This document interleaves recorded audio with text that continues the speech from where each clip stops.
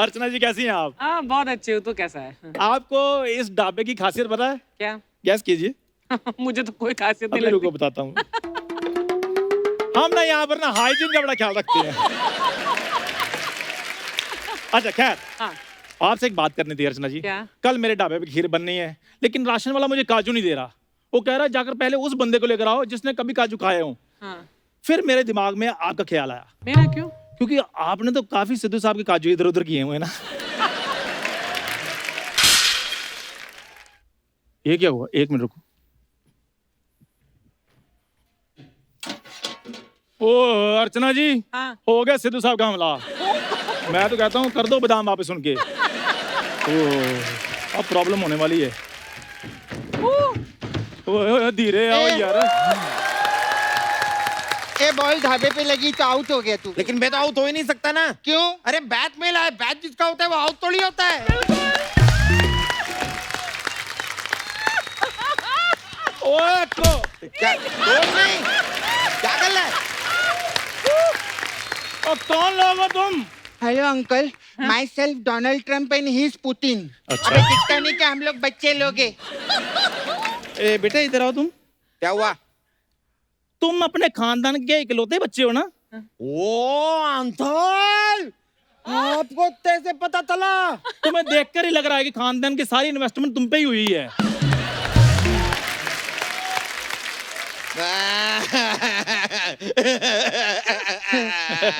Uncle आप भी अपने खानदान के इकलौते हो ना? हाँ लेकिन तुम्हें कैसे पता? आपको भी देख के पता चल रहा है आपके खानदान के पास इन्वेस्ट करने के लिए कुछ है ही नहीं था।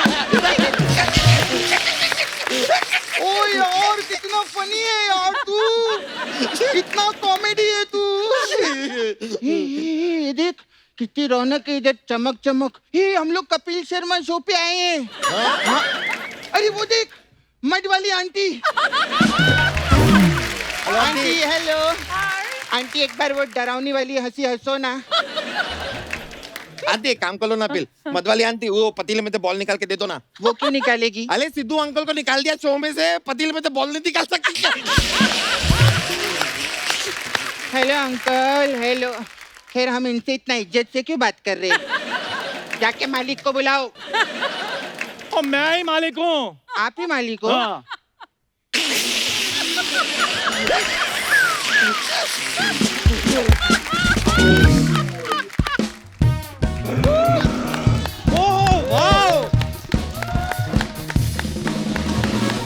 चंदू तेरे ढाबे पे कस्टमर आए आज। ओ अंकल, इतिहास गवाह है, जून के महीने में ठंडी, दिसंबर के महीने में गर्मी, और इस ढाबे पे कस्टमर आते नहीं, आते नहीं, आते नहीं।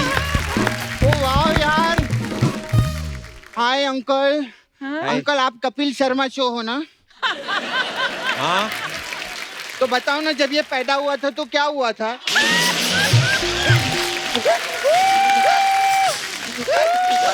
तू कितना फनी है, तू कैसे कहता इतना फनी, तू कॉमेडी किया कर रहा है। मैं को चॉकलेट देगा, चॉकलेट चॉकलेट चॉकलेट देगा। अंकल हम दोनों बहुत फनी है ना? बहुत फनी हो। तो इसको निकाल दो ना फिर।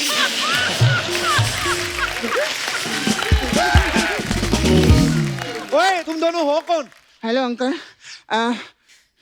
मैं हूँ रामलाल। रामलाल रामलाल। और तुम? Uncle I am Dhaniram, Dhaniram, Dhaniram, Dhaniram, Dhaniram. तो ये क्या मेट्रो के जमाने में रेट्रो बच्चे? अंकल अंकल दरअसल बात पता है क्या है, हमारे बगल में ना दो खड़ूस अंकल रहते हैं। अच्छा। रामलाल और धनीराम। अच्छा। उन्होंने ना हमारी बॉल रख ली, तो हमने उनका नाम रख लिया। अब गड़बड़ हम लोग करते हैं और गालियां वो लोग खाते हैं।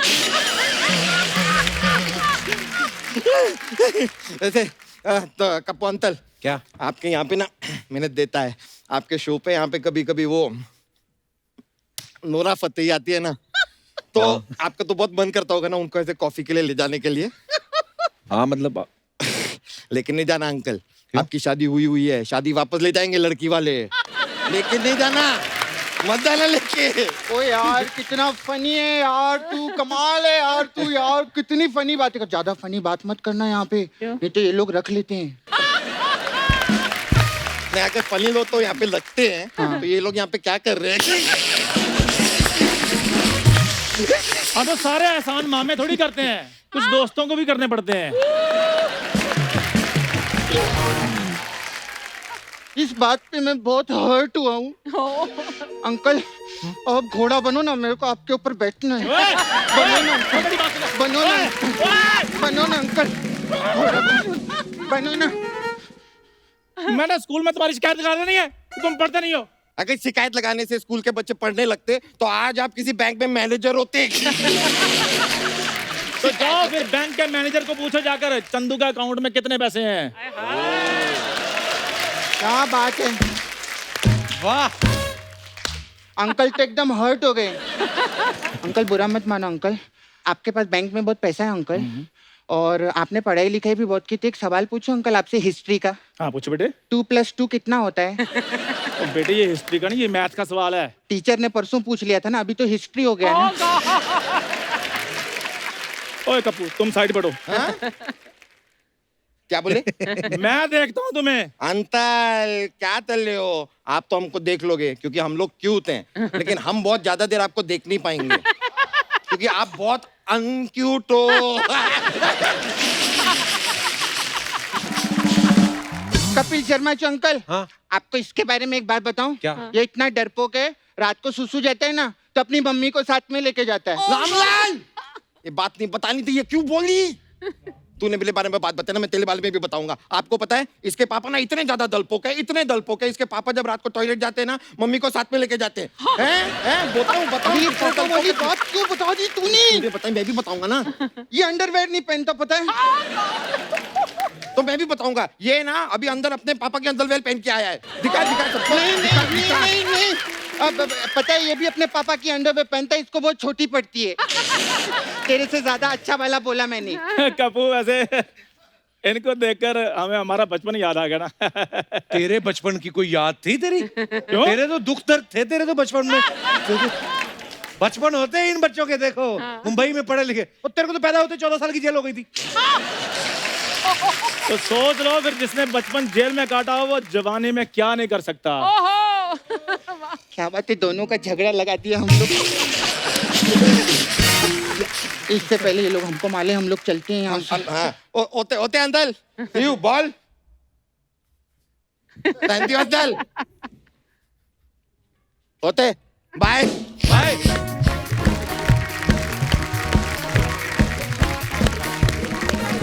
बच्चे निकल गए, तुम भी निकलो।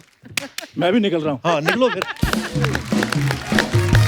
अर्चना जी, आज जो मेहमान हमारे बीच आ रहे हैं वो किसी परिचय के मोहताज नहीं है। हमारी इंडस्ट्री में लोग इन्हें कॉन्फिडेंस का बादशाह कहते हैं। डायलॉग डिलीवरी में इनका अंदाज सबसे निराला है। इनके आगे अच्छे अच्छे चुप हो जाते हैं जब ये अपनी दमदार आवाज में कहते हैं खामोश। तो समझ तो आप गए होंगे कि मैं किन की बात कर रहा हूं। तो आप सबकी जोरदार तालियों के बीच प्लीज वेलकम हम सबके चहेते legendary actor mister Shatrughan Sinha. ओहो, क्या बात है शत्रु सर, बहुत बहुत स्वागत है आपका। Thank you. एक तो आपकी दमदार आवाज और ऊपर से इतना खूबसूरत संदेश।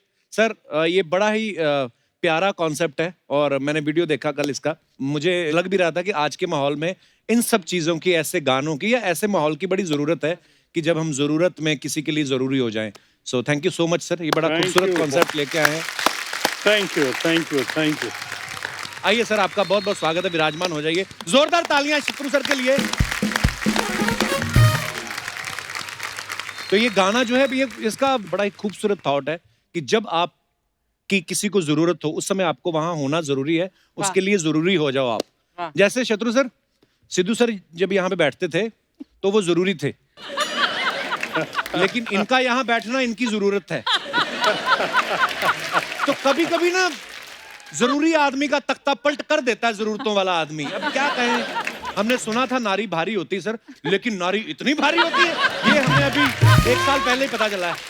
शेर पे भी भारी है इनकी गर्जना, ओहो, तभी तो इतने जानदार, शानदार और दमदार सिद्धू की सीट पे विराजमान है हमारी अर्चना।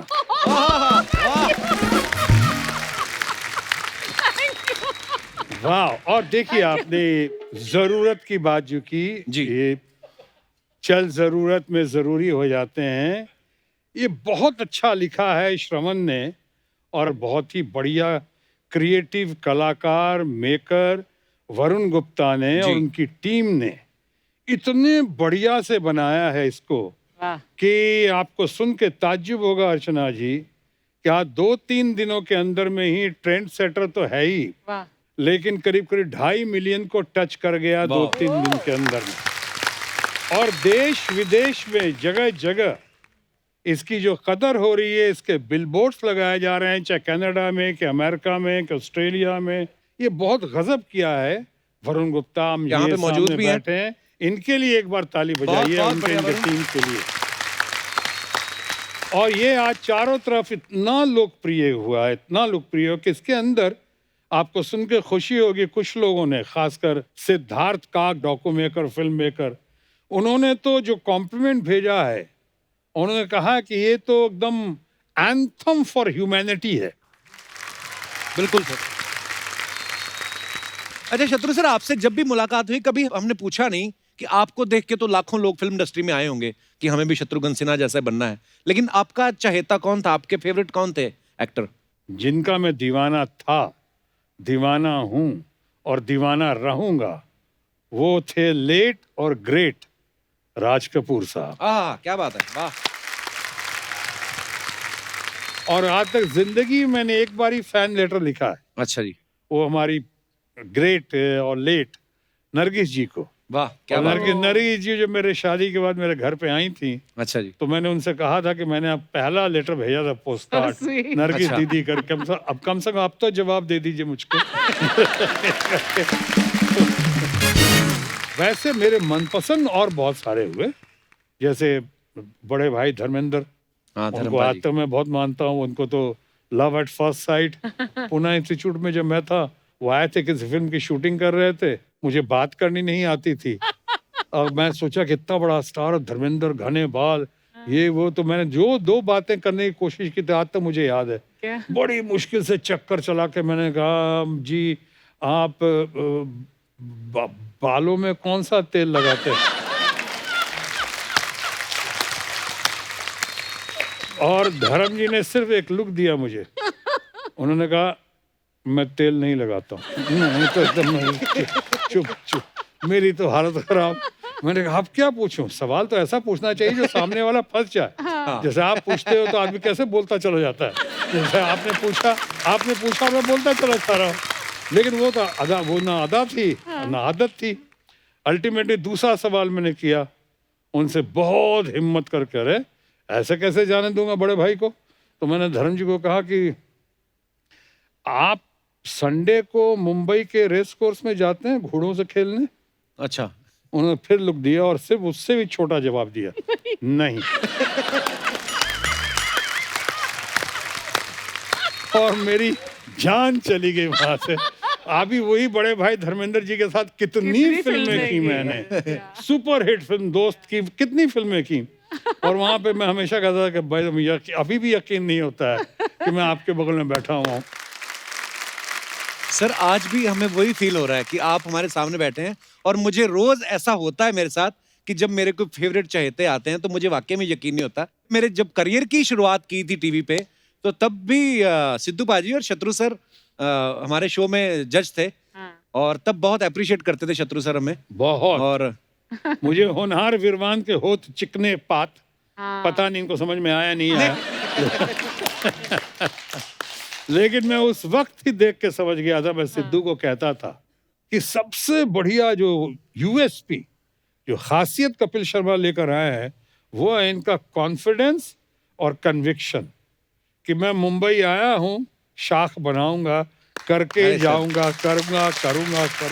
आशीर्वाद है सर आपके। लेकिन सर हम लोग कॉन्फिडेंस की चलो बात चल रही है, पर आप इतने कॉन्फिडेंट एक्टर हैं, तो ये अर्चना जी का सवाल था, ऐसे बोल रही थी कि जब शत्रु सर आए तो पूछना। सर जब आपने पूनम मैम को प्रपोज किया था, आपको पूरा विश्वास था कि बात बन जाएगी? आपने भी 3-4 जगह अर्जी डाली हुई थी।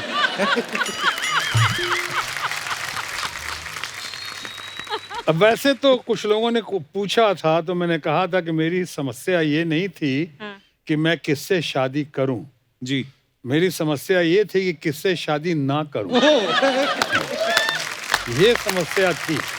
और जहां तक प्रपोजल का सवाल है, मैंने आपको बताया था शायद कि जब मैं अपने बड़े भाई जो अभी अमेरिका में हैं, डॉक्टर राम सिन्हा साइंटिस्ट हैं और बहुत अच्छे यहाँ पे प्रोड्यूसर थे, NN सिप्पी साहब। अच्छा जी।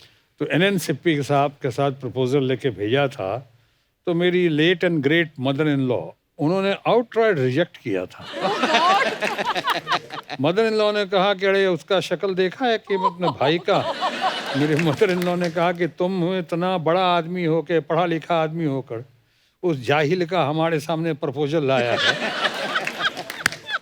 जो शक्ल से ही ऐसा लगता है, लोग बोलता है गुंडा है वो।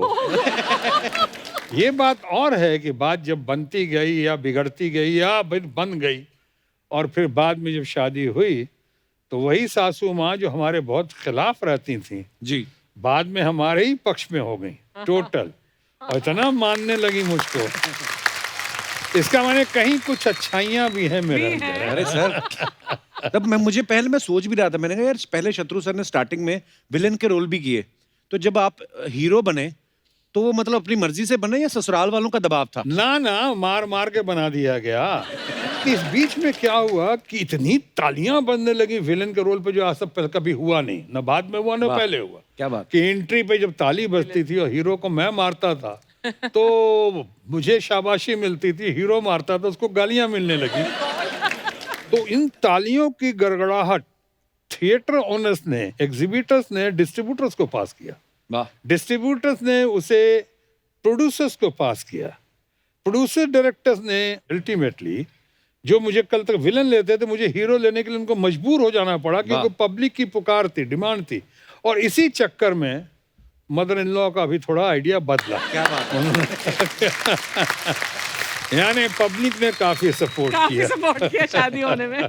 तो सर ये मतलब मैं ये पूछना, तीसरे बादशाह वाले अंकल, इसलिए हम लोग फिर आ गए। अंकल ये ना आपको पीछे से देख रहा था। नहीं अंकल, मैं नहीं, अंकल ये मुझे लेते आया, मैं तो इधर आया ही नहीं था, ये लेके आया, मुझे खींच के लेके आया। नहीं अंकल, ये ना पीछे आपका डायलॉग बोल रहा था, मैं तेरे को सौदे की तरह थर्र से खोल के फर्र से पी जाऊंगा, ऐसा बोल रहा था। अंकल आए तो अंकल का ही डायलॉग बोलूंगा क्या? मिथुन तत्रती का डायलॉग तो नहीं बोलूंगा ना। अंकल ये ना आपको वो चाहिए था क्या, वो साइन को क्या ऑटोग्राफ इसको ना आपसे सेल्फी चाहिए था अंकल।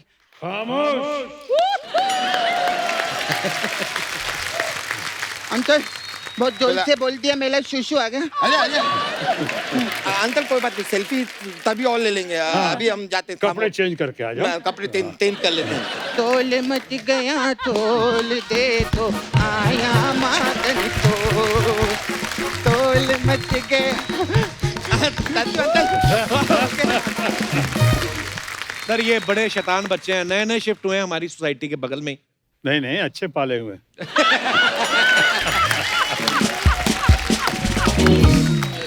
सही कहा।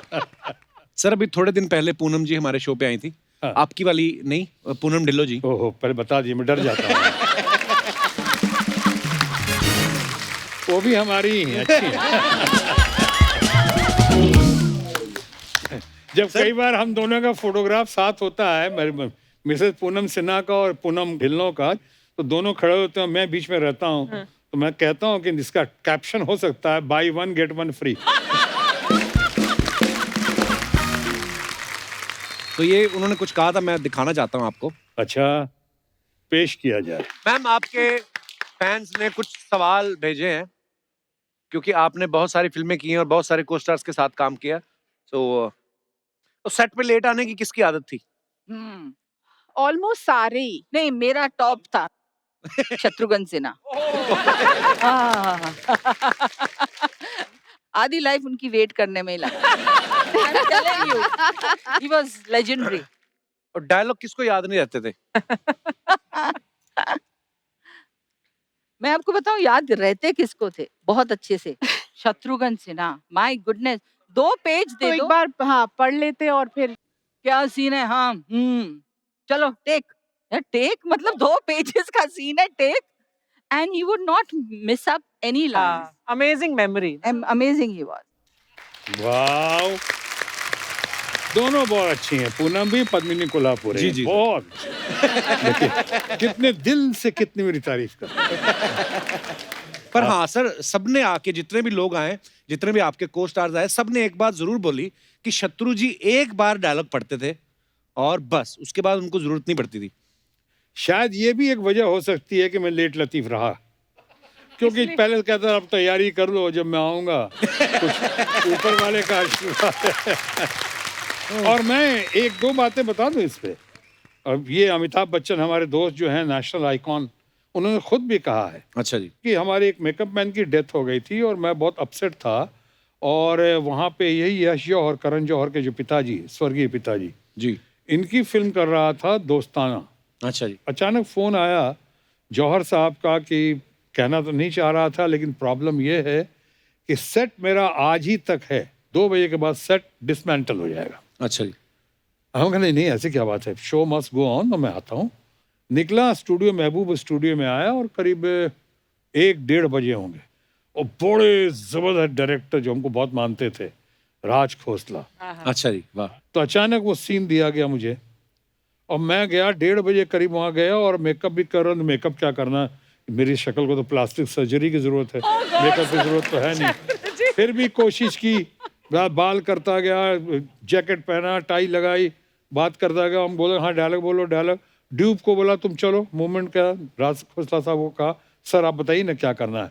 6 पेज का था वो डायलॉग। My God. हाँ 6 पेज का डायलॉग पढ़ो। अच्छा एक बार और पढ़ो। हाँ, आप कहाँ, वहाँ रुकना भी है, उनसे भी बात करो, वहाँ रुकना भी है। अच्छा ठीक है, करते करते पढ़ो फिर से ये। अच्छा चलो ठीक है, टेक करते हैं। वाह, क्या बात। तो अमिताभ भी थे, सब ये। अब 1:45 बजे तो मैंने कहा चलो, तो सब एक ये, और अचानक मैंने क्या बोला, कैसे बोला, 5-6 पेज का डायलॉग था, मूवमेंट के साथ, यहाँ से वहाँ, वहाँ से वहाँ, वहाँ से वहाँ हाथ पकड़ा, ये किया, झगड़ा किया इस मूवमेंट पे, ओवर शोल्डर शॉट, सारे सब शो होते हुए अचानक देखा बड़ी जोरदार तालियां बजी ऊपर से, कैटवॉक, चारों तरफ से लोग तालियां बहुत बजाए। तो मुझे क्या हुआ, तो अमिताभ ने बहुत गले लगाया मुझको। That's mind blowing. तो कई बार ये ऊपर वाले का बहुत एक देन भी ना, और दूसरा मैं न्यूकमर्स को, और कई बार इंस्टीट्यूट वगैरह कहीं जाता हूँ, अगर लोगों को थोड़ा पढ़ाने या सिखाने या कोशिश करता हूँ सिखाने की, तो बताता हूँ कि सबसे पहले कंटेंट समझो, हाँ. क्या कह रहा है वो सीन, राइट, ग्रास्प करो। और बाद में अगर जैसे हमारे धर्म जी ने कहा था बहुत पहले, जब पंजाबी सीखने गए थे, कहा कि पंजाबी सीखनी है, तो धर्म जी ने कहा कोई बात नहीं पुत्र, तू एक काम कर, पहले गाली सीख ले, ग्रामर अपने आप आ जाएगी तेरे को। तो बट ये जो लेट लतीफ पे आपने दिखाया है जी कपिल, अगर आपकी इजाजत हो जी तो सर, जल्दी से कंक्लूड कर दूं इस पे। जी सर। कि जो कहा लेट लतीफ, और सबसे ज्यादा लेट लतीफ होता था मैं, मनोज कुमार जो हमारे बहुत बड़े निर्माता निर्देशक हैं, कलाकार निर्माता जी, जी। निर्देशक, बड़े भाई समान हैं, तो उन्होंने एक बहुत बड़ी अच्छी बात कही थी मेरे बारे में। उन्होंने कहा था ये 4 भाई हैं, शत्रुघ्न, राम लखन भरत शत्रुघ्न, घर का नाम रामायण है, लेकिन दरअसल ये शत्रुघ्न जो हैं राम बनकर पैदा होने वाले थे रामायण में, अपनी लेट लतीफी की वजह से शत्रुघ्न बन के पैदा हुए। बहुत अच्छे। क्या बात है। पर सर पूनम मैम ने ये बताया, आपकी वाली पूनम मैम ने, जी जी जी कि जी। घर से तो टाइम पे ही निकलते थे शूटिंग पे, तो सेट पे पता नहीं कहते, हमें भी नहीं पता था कैसे लेट हो जाते थे। बहुत बदमाश है ये। सर मैंने एक दिन, बहुत। और ये उन्होंने नहीं बताया है, उन्हें तो शायद पता ही बाद में चला होगा। ये हमारे दोस्त और नेशनल आइकॉन अमिताभ बच्चन ने बताया है। मैं एक दिन इंटरव्यू देख रहा था सर, शत्रु सर और बच्चन साहब बैठे हुए थे, हाँ.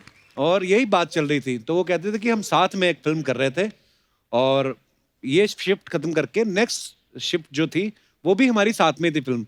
तो बोले शत्रु जी मेरे से पहले निकले, और मैं अब काम खत्म करके बाद में निकला, तो मैं पहले पहुंच गया, शत्रु जी तब भी नहीं पहुंचे थे। तो उन्होंने बड़े प्यार से पूछा कि शत्रु जी आज तो बता दीजिए आप जाते कहाँ थे। खैर ये सब राज की बात है, राज ही रहने दो। और ऐसे भी अब बताने से क्या फायदा, बड़ी देर कर दी मेहरबान आते आते। अच्छा सर, सारी इंडस्ट्री, सारी दुनिया ये बोलती है कि जैसे आपकी मेमोरी की बड़ा जिक्र होता है कि यार शत्रुघ्न जी जैसी मेमोरी किसी की नहीं है, फटाफट एक बार सीन पढ़ा और कर दिया। लड़कियों में शत्रुघ्न सिन्हा कौन थी जिनकी आपकी जैसी मेमोरी हो, जिनको जल्दी याद हो जाता था? ऐसे तो कहना मुश्किल है, लेकिन डबिंग के मामले में कहते हैं कि नहीं सर, आपका रिकॉर्ड नहीं टूटा अभी तक। लेकिन अगर कोई लड़कियों में है तो सोनाक्षी आज। लेकिन अगर वाह। मुझसे कोई पूछे डबिंग के मामले में तो मुमताज थी, अच्छा बहुत अच्छा जी। जबरदस्त। रीना रॉय,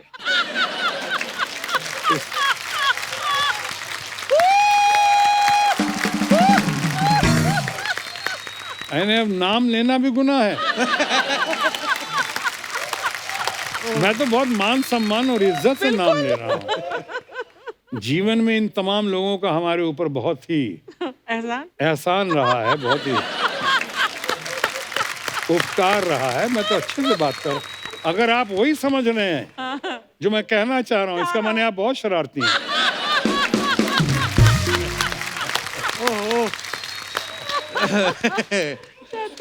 मेमोरी की बात चल रही है तो उम्मीदें बड़ी बढ़ जाती हैं, खास तौर पे जब आपकी, सबको पता है कि याददाश्त जो है बड़ी कमाल की है। तो ऐसे में अगर आप अपनी वाइफ का बर्थडे या एनिवर्सरी भूल जाते हैं तो फिर मतलब क्या हो सकता है? मतलब कभी भूलें सर आप? हाँ, बट क्या हो सकता है कि आप जो एक दो निशान एक्स्ट्रा देख रहे हैं, समझ नहीं पा रहे हैं आप? क्या बात है सर, वाह। सर आपका इतने अच्छा कमांड है आपका, हिंदी के ऊपर भी, इंग्लिश के ऊपर भी, लेकिन कभी लैंग्वेज की वजह से कभी आप अटके हैं या भटके हो या लटके हो? अटका भी हूँ, भटका भी हूँ, अच्छा जी। और अंतोगतवा लटका भी। अच्छा जी। ये बहुत पहले, जब मेरे शायद पहली बार जब मैं पाकिस्तान गया था, अच्छा जी। कराची, अच्छा जी। और उस वक्त आपको भी याद होगा, बहुत एक मशहूर गायिका आई थी, उसका गाना आपने भी सुना होगा, आप जैसा मेरी जिंदगी में कोई आए, हाँ नाजिया हसन। तो मैं वहाँ गया, कराची गया हुआ था। अच्छा जी। तो वहाँ पे इंडियन कॉन्सुलेट में रखा गया, मेरे लिए भी ऑनर था, और साथ ही साथ वो लड़की नाजिया हसन को प्लेक देना था, सम्मान देना था। अच्छा जी। तो वहाँ उसके लिए बहुत फंक्शन रखी गई। अब मेरा शायद वो पहला ही ट्रिप था, और कौंसल जनरल साहब ने बड़ी इज्जत दी, बांध दिया, आप पाकिस्तान आए हैं, यहाँ कराची में ज़रूर आइए हमारे कौंसलेट में। कौंसलेट में गया, शाम को फंक्शन, बड़ा बढ़िया स्टेज वगैरह लगा हुआ, नाजिया हसन भी आई थी। तो मैं गया वहाँ पे, तो मैंने कहा जो तकरीर यानी भाषण की घड़ी आई, तो मैं देख रहा हूँ सामने और यही सोच रहा हूँ कि मैं किस जुबान में बात करूँ। अच्छा तो मैंने कहा ठीक है, आज मौका अच्छा है, आप लोग कहते हो अच्छा बोलता हूँ, तो आज मैं उर्दू में बोलूँगा। अच्छा जी। तो वहाँ पे एक साहब, मौलाना साहब खड़े हुए। मौलाना साहब ने आके जो अपनी तकरीर पेश की, उन्होंने कहा, जनाब ख्वातीन हजरात, आज के शाम के जलसे के सदर महफिल जनाब शत्रुमुर्ग सिन्हा साहब।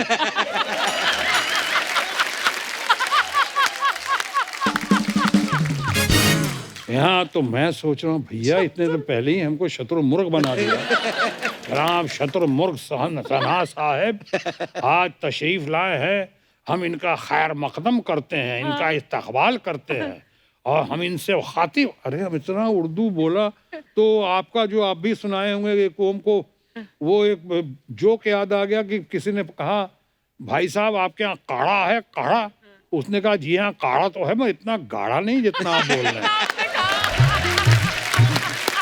तो हमने सोचा कि अब तो मैं नहीं बोल पाऊंगा, कि उर्दू तो खत्म हो गई हमारी, ये तो लिमिटेड कंपनी हो गई मेरी, इतनी ऐसे गाड़ी उर्दू बोली, काढ़े वाली गाड़ी, गाढ़ा। मैंने कहा ठीक है, अंग्रेजी में बात करूंगा। तो साहब एक हजरत आए सज्जन, अब वो था ऑक्सफोर्ड वाले, तो वहाँ इंग्लिश पढ़ाते थे। Oh God! ऐसे एक्सेंट के साथ उन्होंने बात की, टुडे इज द डे। अरे भैया डे, Day को today die. Is the day, अच्छा। we all have been waiting for। हमने घबराया, हम कहा अब नहीं चलेगा। अंग्रेजी भी नहीं चलेगी, मार जाऊंगा। अब तो उर्दू भी नहीं, अंग्रेजी भी नहीं। अब लटके भटके और अटके में फैसला कर लिया कि हमारी भाषा हिंदी और हमारी मातृभाषा भी हिंदी। तब तक कौंसल जनरल साहब जो साउथ इंडियन थे, वो कौंसल जनरल साहब बहुत पॉपुलर आदमी है, अच्छे आदमी है, नेक आदमी है, विद्वान आदमी है।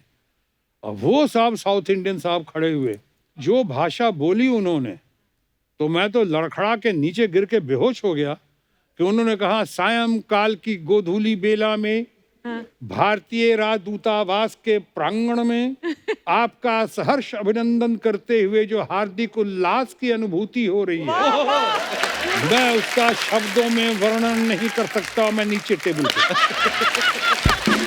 बेहोश होके, क्योंकि मैं टेबल के नीचे इसलिए गया कि जैसा कपिल शर्मा ने कहा, मैं अटका भटका और लटका नीचे वहां पे। और साहब वो कौंसल जनरल कौन थे? जो मैंने कहा साउथ इंडियन तो थे, मणिशंकर अय्यर। क्या बात है, वाह। तो ऐसा हुआ है, ऐसा नहीं कि नहीं हुआ। क्या बात है। लेकिन मजे की बात ये है कि आपको जिन्होंने उर्दू में बोला उनका भी सब याद है, जिन्होंने इंग्लिश में बोला उनका भी सब याद है। क्या बात है सर, वाह, लव यू सर, क्या बात है sir. Thank you, thank you, thank you, thank you, thank you, wonderful, wonderful, thank you, thank you, thank you, thank you. ओहो सर, बड़े किस्से आपके बारे में पता है। सब लोग ये बोलते थे कि शत्रु सर का जो पहला ही सीन होता था, पहली बार में ओके हो जाता था। कभी कभी होता था कि अच्छा कोई रीटेक देना पड़े। तो सर सवाल ये था, मतलब कुछ ना थोड़े शरारती बुद्धि के लोग भी हैं हमारे पास। हाँ, दिखाई पड़ तो रहा ये है। लोग क्या ये शील्ड और मास्क की वजह से पहचान नहीं पा रहा हूँ, बस हरकतों से समझ रहा हूँ कितने शरारती। तो ये मेरे को क्या बोल रहे थे सर, मेरे को बोलते शत्रु सर आएंगे तो उनको पूछना कि सर सब सीन जो आप एक ही बार में ओके कर देते कि रोमांटिक सीन में 3-4 टेक लेते थे? नहीं, रोमांटिक सीन में डिपेंड करता है किस तरह का रोमांटिक सीन। अगर बिछड़ने का हो तो उसको रिटेक करने की जरूरत नहीं थी। पर सर कभी ऐसा हुआ कि कभी आप कोई रोमांटिक सीन शूट कर रहे हो और सडनली आपके किसी असिस्टेंट ने कहा कि सर पूनम जी लंच लेकर आई हैं, फिर क्या होता था सर? बताइए फिर क्या होता था।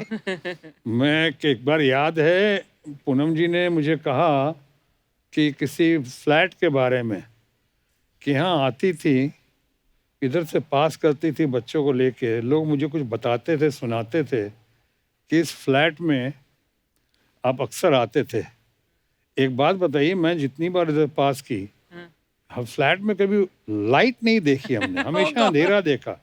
क्या ऐसा क्यों, अंधेरा क्यों रहता था? मैंने कहा कि मैं कोई किताब पढ़ने थोड़ी आता था वहाँ।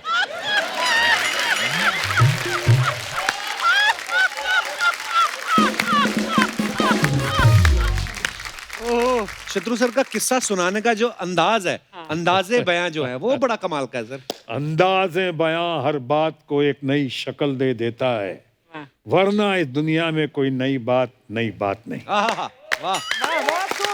क्या बात है। अच्छा, मैं अपने दर्शकों को बता देना चाहता हूँ, शत्रु सर ने एक प्ले किया था, पति पत्नी और मैं। वो प्ले जो है वो देशों विदेशों में बड़ा सराहा गया, और हमने किस्से सुने कि उस प्ले को देखने के लिए हमारे स्वर्गीय अटल बिहारी वाजपेयी साहब देखने आए, लाल कृष्ण आडवाणी जी देखने आए, सोनिया गांधी जी देखने आई, मनमोहन सिंह जी देखने आए, लालू यादव जी देखने आए, नीतीश कुमार जी देखने आए। तो ये सच में प्ले देखने आए थे कि अपनी पार्टी का टिकट ऑफर करने आए थे? नहीं, ये प्ले बहुत ही जबरदस्त सटार, और इसमें हम लोग जितनी पॉलिटिकल घटनाएं हो रही थी वो भी हम लोग इसमें इनकॉर्पोरेट कर देते थे। जैसे आप कितना एक्सटेम्पोर करते हो ना, हम भी एक्सटेम्पोर करके चेंज करते थे अपना। लेकिन ये लोग देखने आए, इंजॉय करते थे, और बहुत ही माने हंसी का पिटारा था एकदम एक। और साथ साथ मैसेज भी था कि मैरिज इज एन इंस्टीट्यूशन। जैसे आपको बताना बहुत ज़रूरी है क्योंकि आपकी अभी ताज़ा शादी हुई है जी, तो आपको ये बताना बहुत ज़रूरी है कि वो शादी हो ही गई है तो यहीं पे अटक जाइए, भटकिए और लटकिए मत। यही मैरिज बड़ी मुश्किल से हुई है आपकी।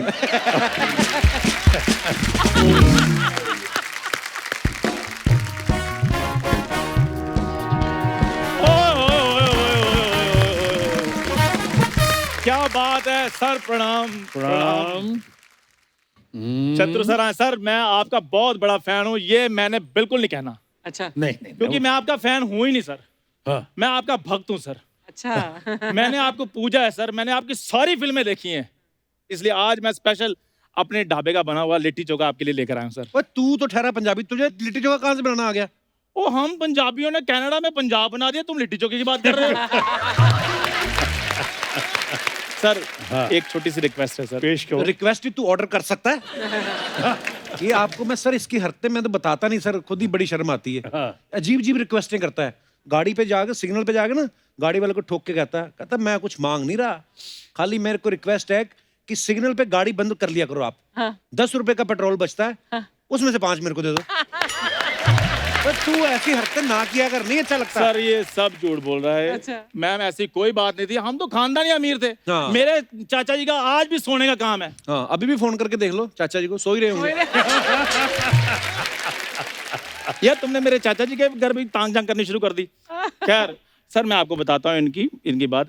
जब इनके पड़ोसी जाते हैं ना बाहर, तो वो घर को लॉक लगा कर नहीं जाते, उनको पता है कप्पू शर्मा बैठा तांग झांक कर रहा है, चोर ने किसी ने आना नहीं है। हाँ, लेकिन इसका उल्टा है, इसको देखते दरवाजा बंद कर लेते हैं, क्योंकि खुला दरवाजा देख के अंदर आके मांग ही ना ले कुछ। आदमी फ्री होता है। आदमी क्या करते हो आप घर में? कैरम बोर्ड खेल लिया या लूडो खेल लिया। ये अजीब ही हरकतें करता है सर, खाली कटोरियां देके ना सारे घर वालों को कहता फील्ड में निकलो, जो पहले दाल मखनी ले आया वो विनर। और कमाल की बात देखिए, ये हमेशा जीतता था। जीतता है। खैर सर इसकी बातों को आप सीरियसली ना लें, ना। क्योंकि चैनल का बड़ा प्रेशर होता है, इसलिए कुछ भी बोलता रहता है। अच्छा और चैनल क्या बोलता है इसका प्रेशर मैंने इसके ऊपर कभी आने नहीं दिया। मैंने आज तक नहीं बताया कि चैनल कहते हैं आपकी वजह से चुप बैठे हैं, नहीं तो हम घसीट के ले जाते हैं। सर ये देखो मैंने आपको कहा ना कुछ भी बोलता। खैर सर छोटी सी रिक्वेस्ट ये थी कि जी आप इंडस्ट्री में इतना आपका नाम है, तो शूटिंग में जितना भी खाना जाता है अगर आप मेरे ढाबे से लगवा रहे हैं तो आपकी बहुत मेहरबानी होगी। नहीं, इसका कोई आता नहीं खाना खाने सर। ये मास्क वगैरह तो अभी 2020 में आए हैं ना, लेकिन इसका तो ढाबा जब से खुला था लोग तब से पहन के आते हैं। बड़ी स्मेल आती है जी सब्जियों में से। वो खाने की बात नहीं थी, खाने की वजह से थोड़ी मास्क पहने थे, तो? वो तो ढाबे से स्मेल आती थी सर। खाना बड़ा हाइजेनिक था हमारा। अच्छा तुम्हें पता है सिर्फ तुम्हारी इन्हीं बातों की वजह से मैं बिजनेस टाइकून नहीं बन पाया हूँ। ओह हाँ, नहीं तो आज मेरे अपने ढाबे की फ्रेंची होनी थी। क्या होती तुम्हारे ढाबे? मेरे अपने ढाबे की फ्रेंची होनी थी। क्या होती?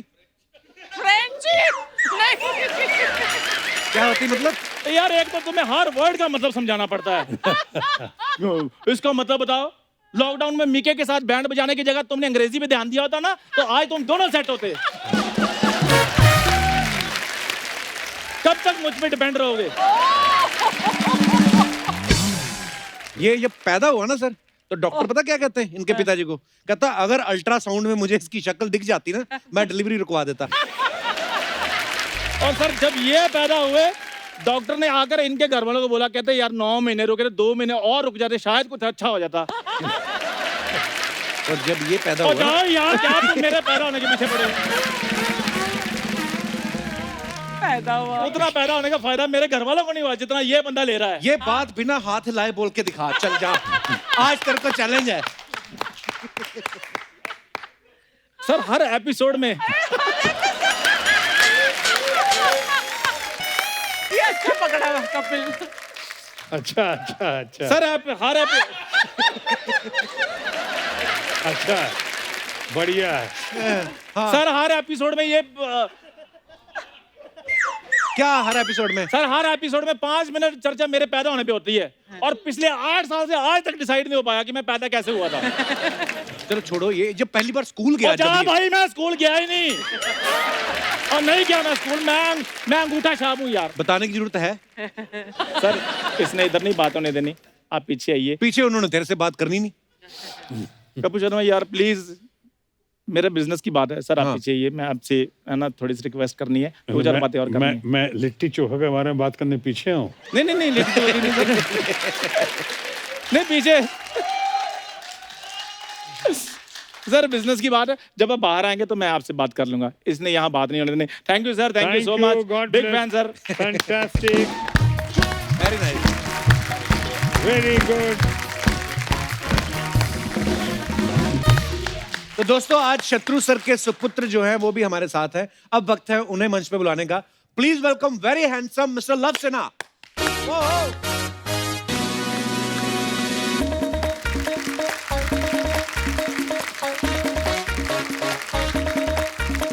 जोरदार तालियां। आइए लव, वेलकम वेलकम।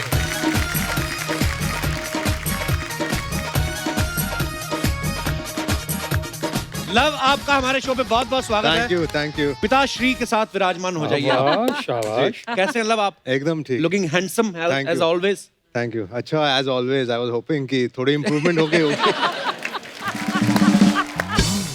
अच्छा लव, आपके पापा एक्टर भी हैं, पॉलिटिशियन भी हैं। जी। वैसे तो खुद खुल के सब कुछ खुद ही शत्रु सर बता देते हैं, लेकिन हम आपसे जानना चाहते हैं, जब आपकी मम्मी से इनको बचना होता है तब क्या ज्यादा काम आता है, इनके अंदर का एक्टर के पॉलिटिशियन? पकड़े जाते हैं तो एक्टर, हाँ। पकड़े नहीं जाते तो पॉलिटिशियन आता है। क्योंकि पॉलिटिशियंस तो अक्सर पकड़ नहीं जाते हैं। लेकिन सर कहते हैं ना कि बच्चे जो होते हैं वो आपके सबसे बड़े क्रिटिक होते हैं। तो लव, आपने तो पापा की सारी फिल्में देखी होंगी, आपको अपने पापा ज्यादा दमदार डायलॉग बोलते हुए पर्दे पे अच्छे लगते हैं या कोई रोमांस करते हुए रोमांटिक हीरो के तौर पे?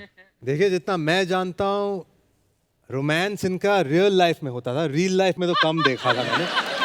रियल लाइफ में तो मतलब एक्शन ज्यादा होता था, मतलब कि रोमांस आई थिंक उन्होंने सेव किया रियल लाइफ में ना पापा।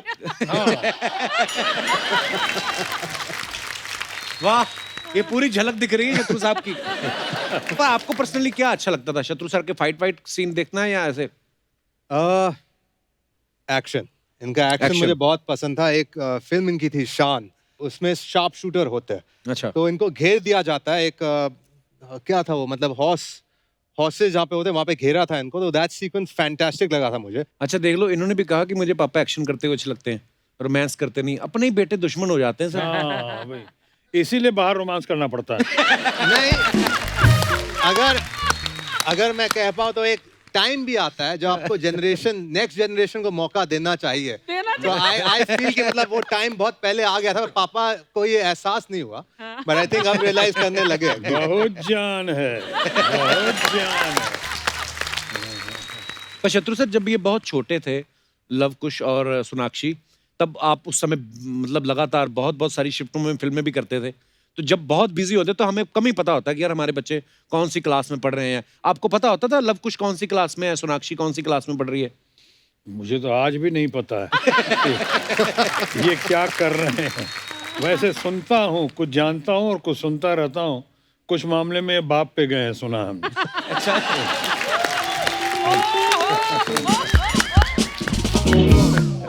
तो बचपन में सर कैसे थे लव?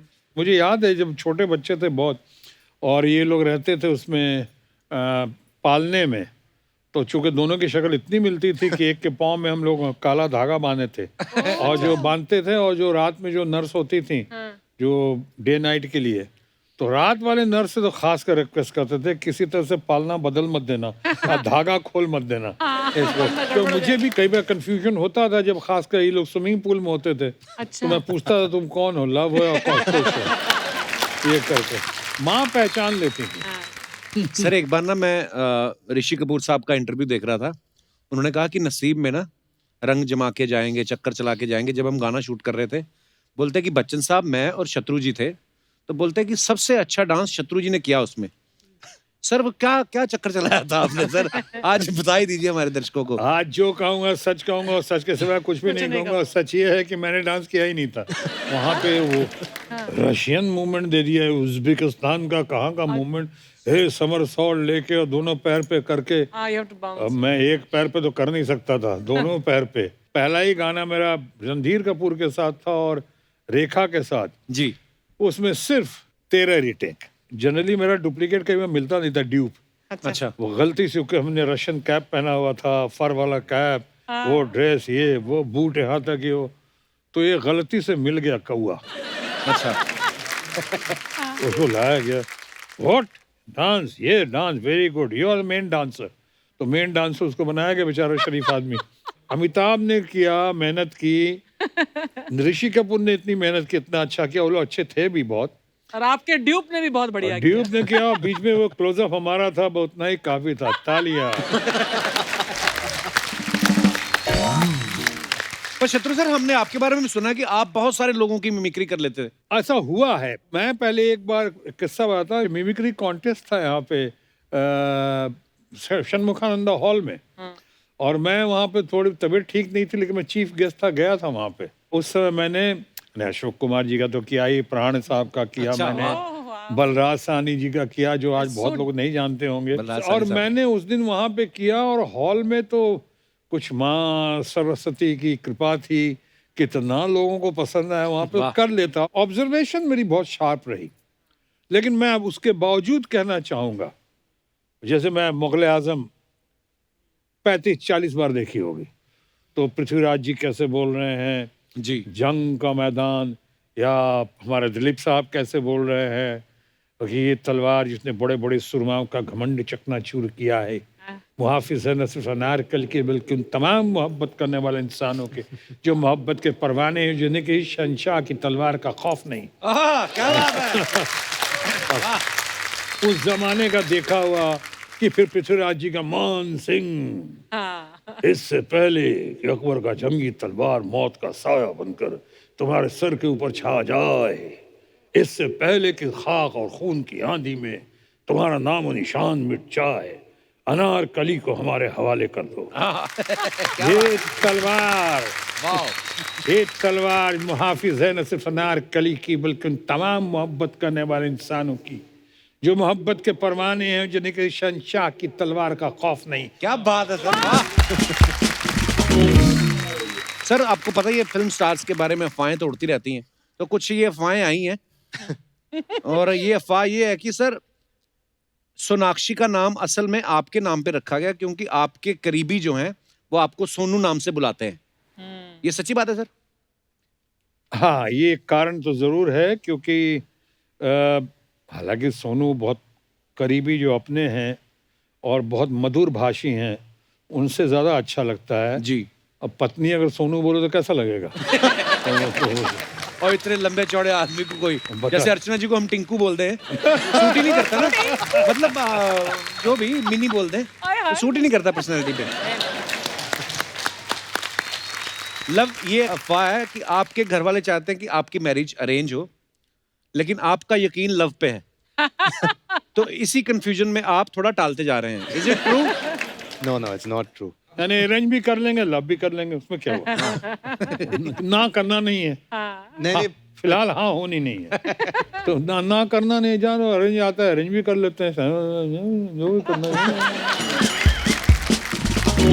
सर, एक अफवाह ये भी है कि जब आप फिल्म साइन करते थे तो हीरोइन के बारे में आप नहीं पूछते थे, आपको ये पता करना होता था कि हीरोइन की माँ कौन है।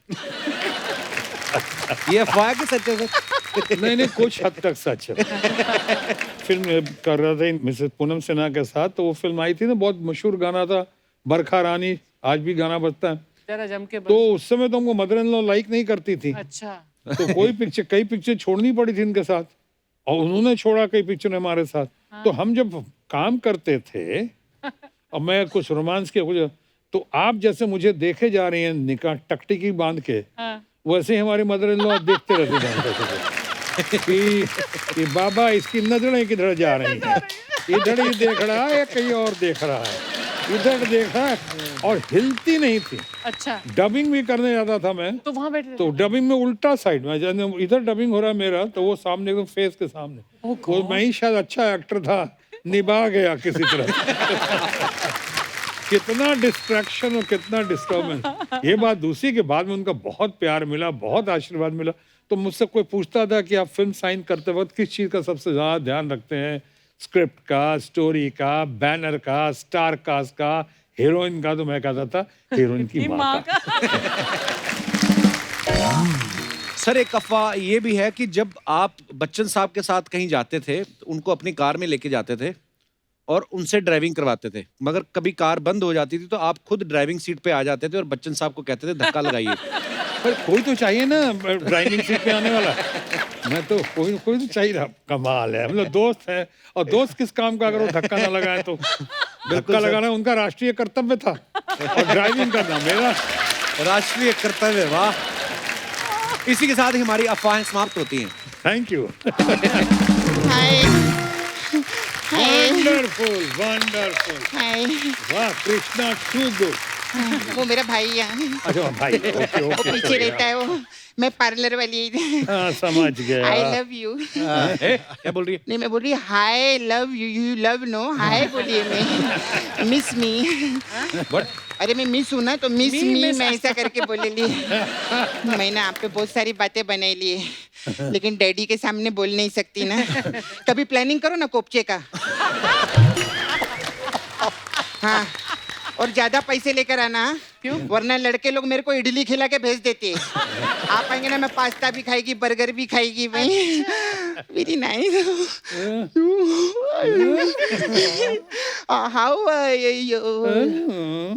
कैसे आप? बहुत अच्छा लगा, आप इधर आए। मैं कप्पू, मैं सच्ची बोल रही है, मेरे को तो यकीन ही नहीं हो रहा है कि शत्रु जी सामने बैठे ले। हाँ, तो नहीं यकीन हो तो जाओ यहाँ से, वापस जाओ। अभी ये तेरा डायलॉग नहीं था। तेरा डायलॉग था कि यकीन नहीं हो रहा है तो उनको छू कर देख ले, और मेरा डायलॉग था कि मैं उनके चरण छू के काली चरण छू। मैंने चरण और काली चरण पे इतना अच्छा जोक बनाया था, इसने आते ही मेरा जोक खराब कर दिया। सॉरी। रो क्यों रही है तो इतना फिर अभी? मैं इसीलिए नहीं रो रही कि मेरा जोक खराब हुआ है। हाँ। मैं इसीलिए रो रही है कि इनको इधर बिठा के क्या व्यू दिखा रहे रे तू। अरे उनको बहुत पसंद आया, उन्होंने तो आते ही अर्चना जी के लिए शेर भी बोला है। अरे वो तो अर्चना जी ने बैक स्टेज पे जाके हाथ जोड़ के इनको बोला था कि प्लीज मेरे लिए 2 शायरी बोल देना। अब इतने बड़े बड़े हाथों से एक औरत रिक्वेस्ट करेगी, रोएगी, तो कोई शायरी बोलेगा कि नहीं बोलेगा, इसलिए अंकल ने बोले ले। चलो आपने अंकल को बोला, कोई बात नहीं, आप लोग तो हम उम्र हैं। नहीं, आप छोटे हैं इनसे, ऐसी कोई बात नहीं है। लेकिन पिछली बार ना वरुण धवन आए थे, उनको भी बोल दिया कि मेरे लिए शायरी बोलो। हाँ पता है, डेविड साहब का फोन आया, मेरे को कितना भड़क रहे थे। क्यों? बोले वरुण धवन इनसे 45 साल छोटा है, वो कहेगा शायरी बोलेगा इनके लिए। खैर uncle, I am very sorry, बहुत बुरा लग रहा है मेरे को। आप अभी उसमें गए थे ना, वो डांस वाले शो में, सोनी के best dancer India, best dancer. उधर आपको नूरा व्यू मिला, इधर बैठ के इतना बुरा व्यू मिल रहा है मेरे को, बहुत बुरा लग रहा है। फालतू बोलती जा रही चुप नहीं, आज मैं सबको खामोश करके रहेगी। अच्छा। हाँ, आपको पता है अंकल, अर्चना जी आपके खामोश की बहुत बड़ी फैन है। तुझे कैसे पता? सिद्धू जी को खामोश कर दिया है, ऑडियंस को खामोश कर दिया है। यहाँ तक कि अंकल, कल मैंने इनसे पूछा आप खाने में क्या लेंगी, मोमोज, कहती नहीं खामोश। अच्छा अंकल, मेरे को ना एक छोटा सा कंफ्यूजन था। क्या? आपके घर का नाम शॉटगन है ना, तो ये मेरे को बोल रहा था आपके घर का नाम रामायण है। शॉटगन इनका घर का नाम है और रामायण इनके घर का नाम है। हाँ तो वही पूछ रही है मैं कि आपके घर का नाम शॉटगन है कि आपके घर का नाम रामायण है। और जिस घर में ये रहते हैं उस घर का नाम रामायण है, लेकिन इनके घर का नाम शॉटगन है, ऐसे। ओ समझ गई कि मैं ये कभी भी नहीं समझ पाएगी, ये मेरे से नहीं होगा। ऐसे सवाल करता भी कौन है? अरे मेरे को ऐसी थोड़ा कंफ्यूजन था, तो मैं इसीलिए मैं पूछी अंकल को। अच्छा अंकल, मेरे को एक और चीज जानने का था, ये लाल, पीला, गुलाबी, हरा, नीला, ये सब कलर अंकल आपको पसंद नहीं है क्या? क्यों, ऐसे क्यों? नहीं, इनकी पिक्चर देखना, इनको काला रंग बहुत पसंद है। काली चरण और कौन सा वो काला पत्थर, काला सूरज। मैं सच्ची में अंकल, मैं सब पिक्चर देखे लिए, आप बहुत दिग्गज कलाकार हैं, मैं सच्ची बोल रही हूँ। अंकल मेरे को ना आपकी वो वाली पिक्चर भी बहुत अच्छी लगी थी, एक नारी दो रूप। हाँ सेम इसका है सर। ये भी एक नारी दो रूप, बाहर से भांजी अंदर से भांजा। मेरे को ज्यादा, मैं तू भी कम नहीं है। हाँ। ये अंकल ऊपर से कप्पू है, अंदर से शाम है। हाँ? आपने देखा हमारा केबीसी? हाँ। केबीसी में जब भी आता है बोलता है शाम आएगा तो कह देना छेनू आया था। अभी बोल के दिखा। नहीं बोल के दिखा, अभी तो तू बोल के दिखा, बोलना। वो तो अर्चना जी मुझे कहती है, मैं इसलिए कर देता नहीं हूँ कोई नहीं कहती, आज तू फंसेला है अंकल के सामने, बोल के दिखा तू। अर्चना जी बोलो ना इसको, एक लाइन तो बोलेगा। नहीं। अंकल हम लोग का ना नाला सोपारा में बिजनेस है, हम लोग का डुक्कर वॉशिंग सर्विस है। तो ये तो, उसके अलावा हम लोग भोजपुरी पिक्चर भी बनाते हैं। कौन सी बनाई थी? अभी हम चाहते हैं कि एक पिक्चर आप प्रोड्यूस करें। कौन सी फिल्म? पिक्चर का टाइटल है मुन्नी बनी शीला, रजाई से निकला गोड़ जिला। ये कैसे टाइटल हुआ है? चल, पारिवारिक पिक्चर है ये। कौन सी पारिवारिक पिक्चर है ये? अरे वो गॉडजिला के छोटे छोटे जिला है, उनकी कहानी है वो। नहीं अंकल, मैं बोलती अगर आप ये पिक्चर प्रोड्यूस करेंगे ना मेरे लिए, मैं आपको अलग अलग टाइप का मसाज देगी। अच्छा, मेरा पार्लर है, हम लोग अलग अलग टाइप का मसाज करते हैं। अरे बट हमें अब मसाज देने का फायदा नहीं है ना, बहुत देर हो चुकी है।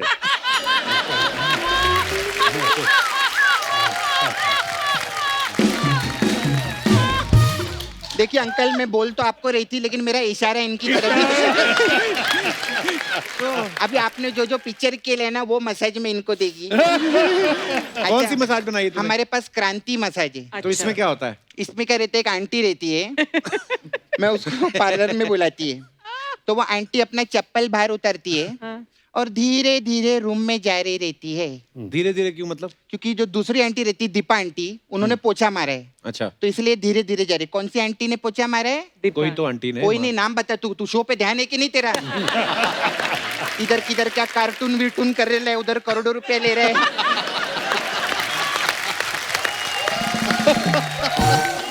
फिर अभी मैंने सुना शिमला भी जा रहे अंकल वेब सीरीज करने के लिए। उधर भी उनको लूटेला 20 करोड़ रुपए लिए वेब सीरीज करने का।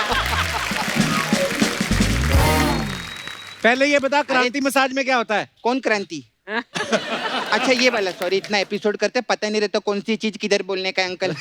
हाँ, तो ये इसमें क्या रहते, वो आंटी जो थी, जो धीरे धीरे आ रही थी ना अंदर, तो आंटी के हाथ में हम तेल का कटोरा दे देते, फिर आंटी को बोलते कर आंटी मसाज, कर aunty massage. Aunty massage, okay. एक और मसाज है, काली चरण मसाज। इसमें क्या होता है? इसमें क्या करते हैं अंकल, हम कस्टमर को लेटाते हैं, फिर मेरा जो दोस्त है ना चरण, मैं उसको फोन करती है, फिर चरण काली पहाड़ी के पीछे जाके मसाज करता है। ऐसा काली चरण मसाज रहता है हम लोग का। फिर एक और मसाज है, शाम आएगा तो कह देना कि छेनू आया था, मसाज है हम लोग के ये पास। इतनी लंबी मसाज? अरे इसमें दो दो हीरो लोग है ना, तो लंबाई मसाज रहेगा, शाम और छेनू है ना। हाँ। तो इसमें क्या होता है? इसमें क्या करते हैं अंकल, हम लोग एक आदमी रहता है, वो पटना से ट्रेन में आता है बहुत साल पहले मुंबई में, और फिर बहुत नाम कमाता है, बहुत पैसा कमाता है, और बहुत बड़ा सुपरस्टार बन जाता है। उसका नाम श्याम रहता है। तो मैं उनको तेल लगाती है और मैं उनको 2 तारीख को पंजाब लेके जाती है। अच्छा, ट्रेन से जाते तो हम लोग 3 तारीख को पहुंचते हैं। 4 तारीख को मैं रेस्ट कर रही रहती है, हाँ। तो 4 तारीख की शाम को शाम आता है। अच्छा। और मेरे को पंजाबी में बोलता है, अरे एक ही मसाज तू कब करेगी, 5 नू? मैं कहती नहीं 6 नू। ऐसे रहता है। वाह, अभी बड़ी कलाकारी, बड़ी मेहनत वाला था ये।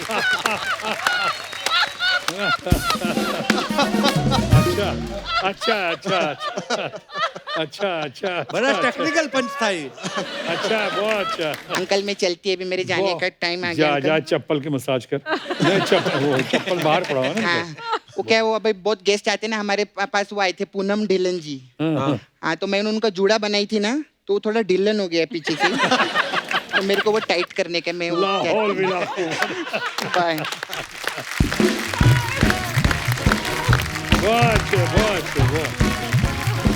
वेरी गुड, हाँ, वेरी। शत्रु सर, ये जो जरूरत नाम से जो गाना रिलीज हुआ है, जिसके वीडियो में आप भी दिखाई दे रहे हैं, सोनाक्षी भी दिख रही हैं, बड़ा मीनिंगफुल है, बड़ा थॉटफुल कॉन्सेप्ट है ये, और आज के समय में बड़ा रेलेवेंट है कि जब हर एक आदमी जो है अपने अपने बारे में सोच रहा है पूरी दुनिया में, ऐसे में हम किसी आदमी को, किसी जरूरतमंद के लिए अगर निकल के आते हैं, उसकी हेल्प करते हैं, तो उसकी जिंदगी में शायद वो बहुत बड़ी मदद हो सकती है, जो आपके लिए शायद छोटी सी हो। पर ये कहाँ से आइडिया आया सर? ये आइडिया तो देखिए आप लोग से ही आया, जैसे वरुण गुप्ता ने इन्होंने कहा, फिर आप लोग का जो कैसेट था पिछला वीडियो गुजर जाएगा, अमिताभ बच्चन ने और बेस डाल दी थी उसमें, तो बहुत अच्छा लग रहा था। मैं काफ़ी इंस्पायर्ड हुआ, और ख़ासकर अभी जो आपने हाल में देखा होगा, मैं कोई पॉलिटिकल स्टेटमेंट नहीं दे रहा हूँ, वो जो देश की लॉकडाउन में हालत हुई है, हमारे मजदूरों की, हमारे लेबर की जो हालत हुई, जिस तरह वर्ल्ड वाइड ही पूरा अगर देखा जाए, वर्ल्ड वाइड, और हिंदुस्तान में जिधर पैदल चल चल के गए वो लोग,